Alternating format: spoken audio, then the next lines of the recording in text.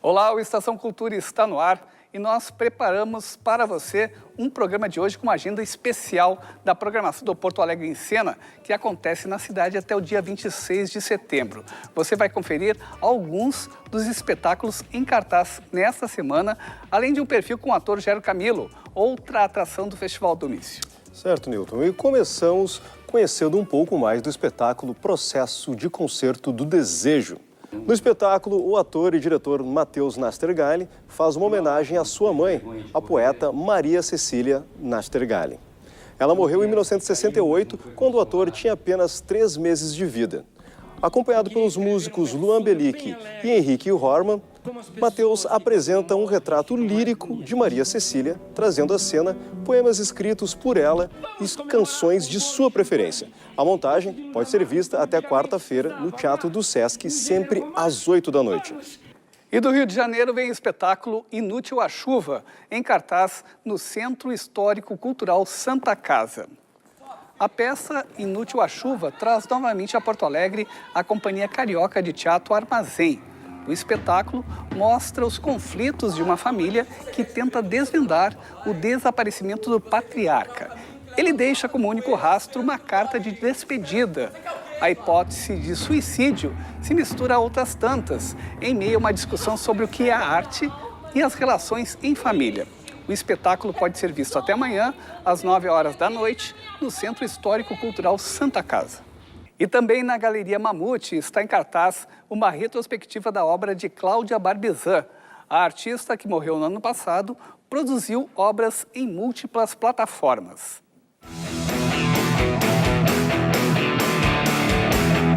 Cláudia é uma artista que transitou, por muitos espaços,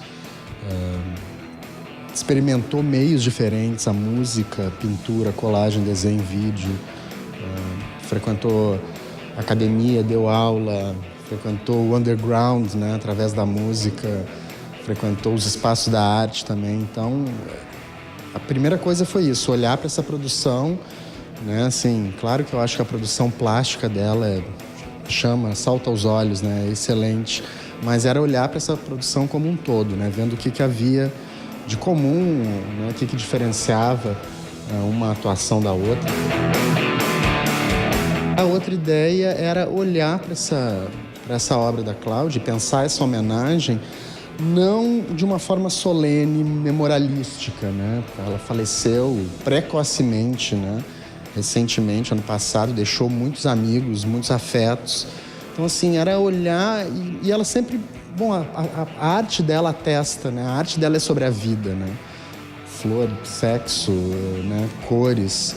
Então, assim, era aproveitar, essa homenagem para não olhar dessa forma memorialística, solene e olhar de uma forma celebratória, Que a Cláudia sempre gostou também de ter essa interlocução com esses afetos, esses colaboradores. Essas pessoas foram todas chamadas para trabalhar comigo de alguma forma ou outra, seja ajudando na montagem, seja colaborando com texto, emprestando obras.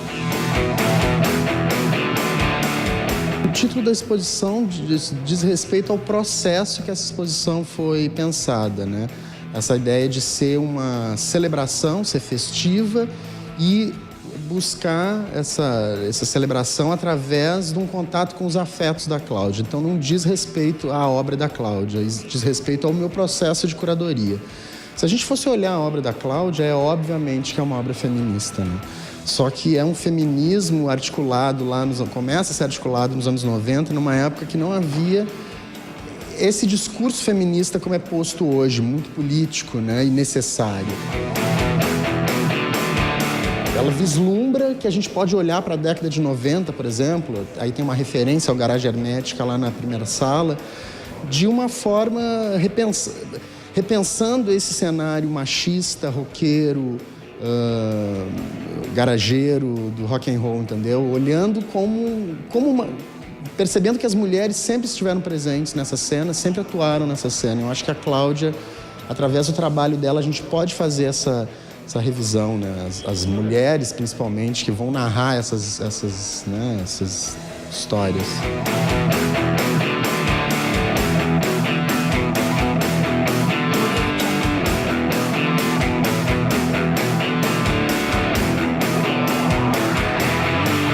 O Estação Cultura faz um breve intervalo e no próximo bloco nós prosseguimos falando do Porto Alegre em Cena.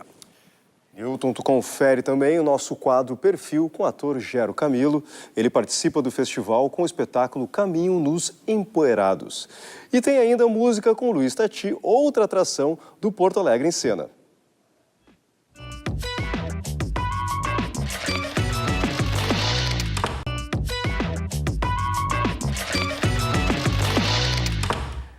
O Estação Cultura está de volta e a gente confere agora o nosso quadro Perfil com o ator, compositor e poeta Gero Camilo. Ele participa da programação do Porto Alegre em Cena com o espetáculo Caminho nos Empoeirados. A peça pode ser vista quinta e sexta-feira, dias 22 e 23 de setembro, no Teatro do Sesc.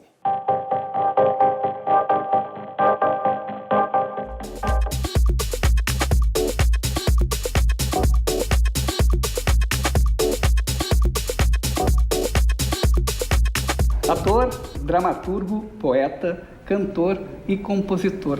Oi, Gero Camilo, tudo bem? Oi, tudo ótimo. Tudo começou com teatro?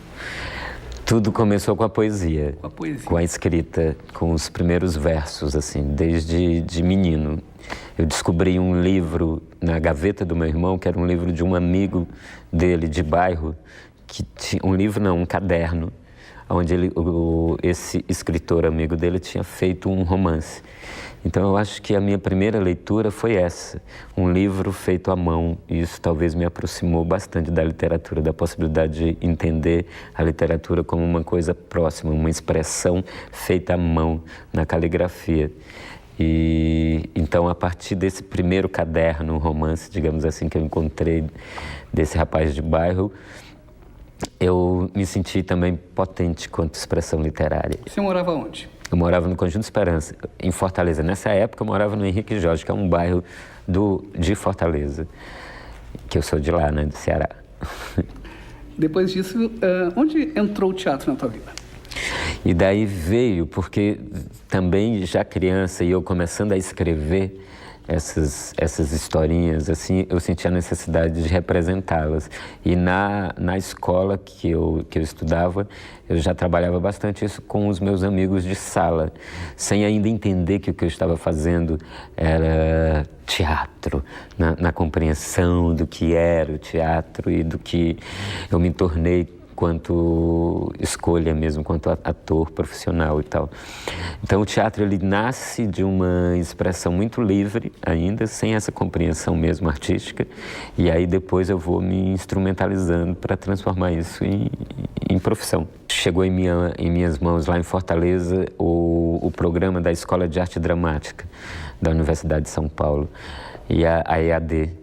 E daí, ao ler aquele programa, eu falei, poxa, essa é a escola que eu quero estudar. Me lembrava aqueles filmes de Sessão da Tarde que eu assistia, esses filmes americanos que os jovens entram numa escola de arte. Eu achava tudo aquilo lindo.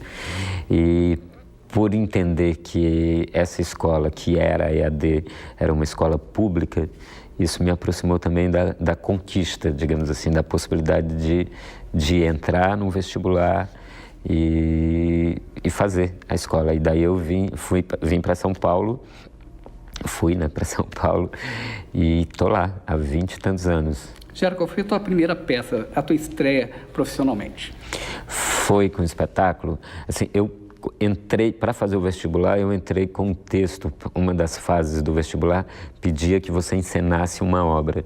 E eu tinha escrito a minha primeira peça, chamada A Procissão, e apresentei ela no vestibular, passei com ela, deixei ela engavetada, fiz o curso inteiro, e quando saí, que precisava encarar o mercado mesmo, assim, pensei, olhei para todos os meus amigos, estava todo mundo desesperado, cada um para um lado, tentando fazer, dar conta do seu, e daí eu lembrei que tinha A Procissão na gaveta, puxei ela e encenei.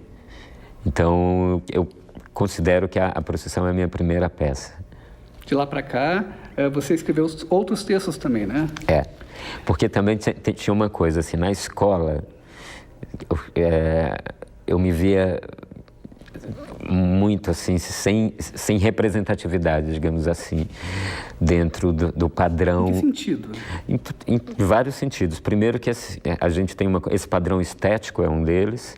Outra coisa, para que eu me identificasse com uma obra dentro dos semestres que eu tinha, tipo, eu sempre pegava os personagens periféricos, porque os personagens ou eram os mocinhos bonitinhos e tal, ou o rei, ou os grandes, essa representação elitista, digamos assim, da arte. Então, logo, muito cedo eu percebi que para que eu protagonizasse peças, eu teria que escrever essas peças. E aí foi o que também me incentivou muito a me tornar um dramaturgo, porque até então eu era poeta só. Quando eu entrei na EAD, eu entrei como um poeta que estava buscando também uma formação de ator. E imagino que a partir daí você acabou também construindo uma dramaturgia que mostra outros olhares sobre o Brasil, sobre outros personagens. Exatamente, que sai desse lugar muito padronizado, né, e elitista, e abre para a cara miscigenada do nosso país. Então, os personagens das minhas obras são personagens, eu costumo dizer que é tragédia das pequenas causas, comédia dos dias. Tragédia das pequenas causas é porque exatamente não é o Édipo, não é o rei fulano de tal, vivendo a sua tragédia. É o Zé, é a Maria, é o João, é o Silva, é o Camilo, né? São protagonistas do nosso cotidiano e que são tão importantes quanto seres humanos, quanto essas que se tornam a referência de uma arte muito elitizada, né? E expressa a partir de um ponto de vista, inclusive, dominante. Eu queria descentralizar esse poder estético na minha obra e eu venho fazendo isso no decorrer da minha trajetória.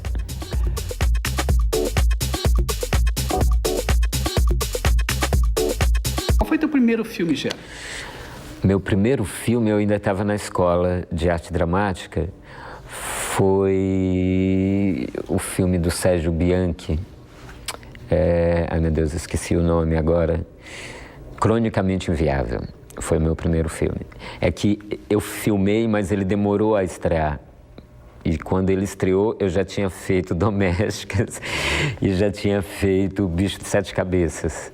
Então, o primeiro filme que eu fiz não foi o primeiro filme que estreou nas grandes telas. E aí o Bicho de Sete Cabeças vem como um marco mesmo, assim, na minha carreira dentro do cinema. E depois do Bicho, aí veio Abril Despedaçado, aí as coisas foram...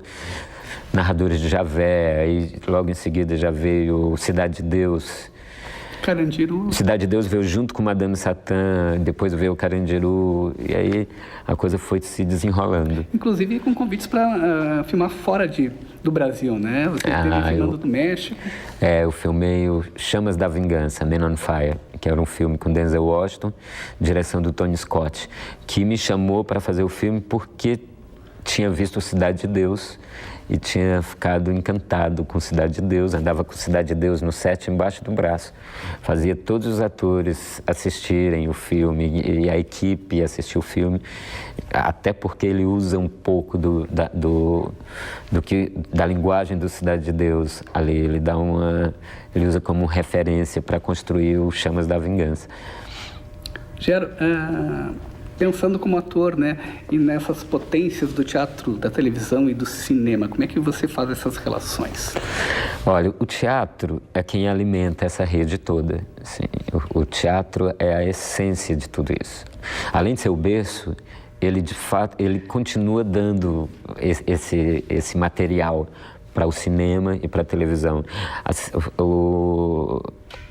O cinema e a televisão sem o teatro fica muito frágil. A televisão muito mais. A televisão em produção artística sofre muito porque fica muito mercadológica, porque outros interesses giram em torno da televisão. Às vezes você vai fazer uma obra de ficção e essa obra de ficção está vinculada a um ibope, Então, tudo isso fica muito difícil. Eu confesso que eu tenho um pouco de dificuldade em me relacionar bem com com a televisão pelas escolhas da própria televisão. Quando a coisa vem de uma forma artística, para mim se torna mais fácil, mas quando ela está vinculada a essa questão mercadológica, ela se perde em potência artística, né? O cinema, e aí ela ganha quando o teatro vai para dentro dela e dá um pouco de sangue por ela. Agora, há que se questionar até que ponto é saudável dar tanto sangue quando a estrutura te oprime artisticamente falando. E a televisão, eu acho que faz isso, muito. O cinema se liberta dessa estrutura, mais ou menos. Às vezes tem uma parte do nosso cinema brasileiro que ainda usa muito exatamente desse sangue derramado lá, dessa estrutura muito aprisionada, para usar essas referências, esses artistas que se tornam grandes nomes por estarem dentro da televisão. Quando o cinema usa isso, muitas vezes ele enfraquece, porque a televisão no Brasil é uma coisa muito potente quanto por entrar dentro das casas, né? E aí o cinema fica frágil com isso. Quando tanto o cinema e a televisão resolvem se libertar dessa história e vão para a essência, eles precisam de bons artistas para contar. E onde eles vão achar esses grandes e bons artistas? É no teatro. Então, viva o teatro. Viva o teatro. E falando em Viva o Teatro, você está num processo de produção também de transformar uma peça sua em filme. Que peça? Aldeotas. É uma peça que eu já faço há 12 anos, é um sucesso, já tive o prazer de trazer aqui para Porto Alegre. E é um projeto nosso, agora, de transformar em filme, exatamente para que mais gente possa assistir e que a gente também consiga construir uma dramaturgia cinematográfica a partir de uma poética nossa. Que não seja só também nessa coisa, porque às vezes tem umas escolhas assim, de gêneros, né? Tipo, aí é muito filme de violência social, aí é muito filme, né? E eu acho que está faltando um pouco de poesia, né, nessa cinematografia. E daí o intuito de transformar uma peça de teatro com a potência poética que tem Aldeotas em filme é isso. É uma aproximação de uma literatura brasileira transportada para a tela.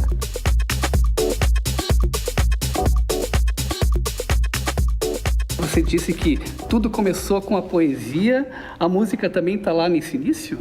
Tá porque a música,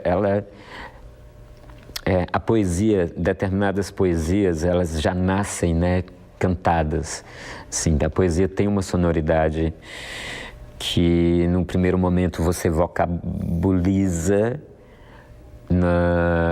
no instante que você lê, que quando você lê um bom poema, você automaticamente tem vontade de ler em voz alta. Eu, pelo menos, tenho muito isso. Assim. E quando você vai ler esse poema em voz alta, já surge uma música, assim.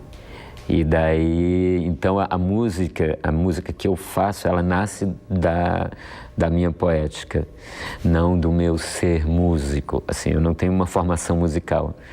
Mas eu considero que eu tenho esse compromisso poético com a poética. Então, a música, ela vem como potência dessa expressividade, necessidade, inclusive, dessa expressividade, tanto a música quanto o teatro. Eu sou ator para poder dizer meus versos e eu sou cantor também para poder cantar meus versos. Quando é que você percebeu que esses poemas, essas canções poderiam virar um disco, né? Porque já são 2 discos gravados. Já, está chegando aí, daqui a pouco vou entrar para fazer o terceiro. Olha, quando é que... Não, como é que surgiu, né? Tem lá um repertório, né? Então, isso aqui pode ser um disco. Eu acho que eu estou com vontade também de dividir isso com o público. O primeiro CD chama Canções de Invento. Invento exatamente porque eu estava no processo ainda de compreensão, por não ser um músico de formação, eu estava num processo de compreensão dessa melódica poética que eu sigo, que eu digo ao dizer que um poema traz em si uma música.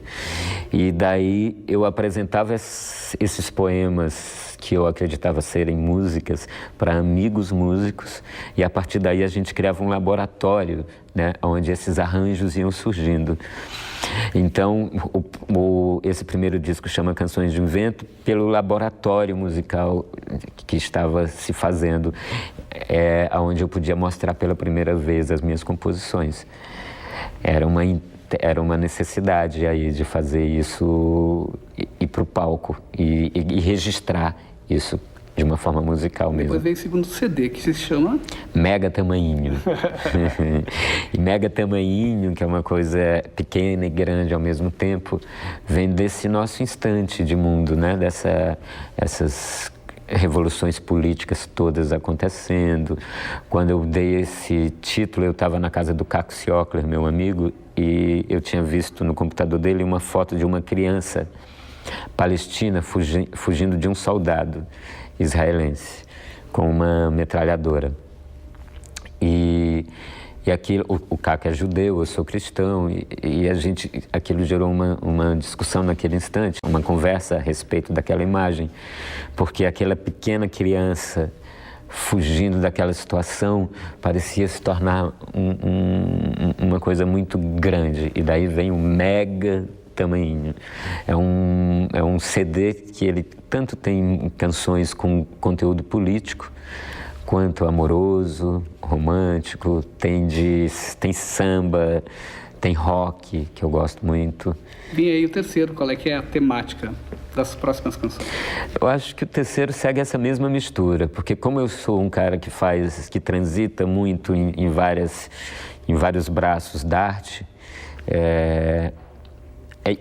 e sigo bastante essas referências, porque a minha referência é desde os tropicalistas aos meus conterrâneos, a Fagner, a Ednardo, Eugênio Leandro, Belchior, né? Então, desde o rock do Legião Urbana que eu ouvia na minha adolescência, até as canções românticas que o meu pai ouvia quando eu viajava com ele. Meu pai é caminhoneiro e eu ia de Fortaleza, nas férias eu ia de Fortaleza a São Paulo, 5 dias de viagem na boleia de um caminhão, ouvindo Genival Lacerda, Bartol Galeno, ouvindo as músicas sertanejas todas que ele ouvia. Então eu tenho uma mistura mesmo de referências que eu prezo por elas, no sentido de chegar cada vez mais nessa grande diversidade cultural que nós temos.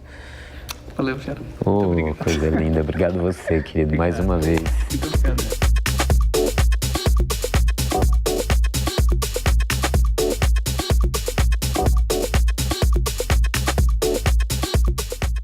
Estação Cultura fica por aqui.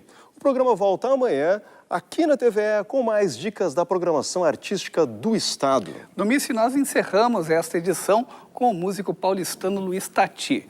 Ele apresenta amanhã, no Festival Porto Alegre em Cena, o espetáculo Palavras e Sonhos. O show acontece no Teatro Renascença a partir das 9 horas da noite.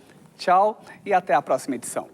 Muitos tios e tias já davam sinais que queriam ser os padrinhos, só falavam desse sobrinho. Muitos outros filhos dos irmãos dos pais, os maiores e os pequeninos, não tiravam os olhos do primo que dormia em paz.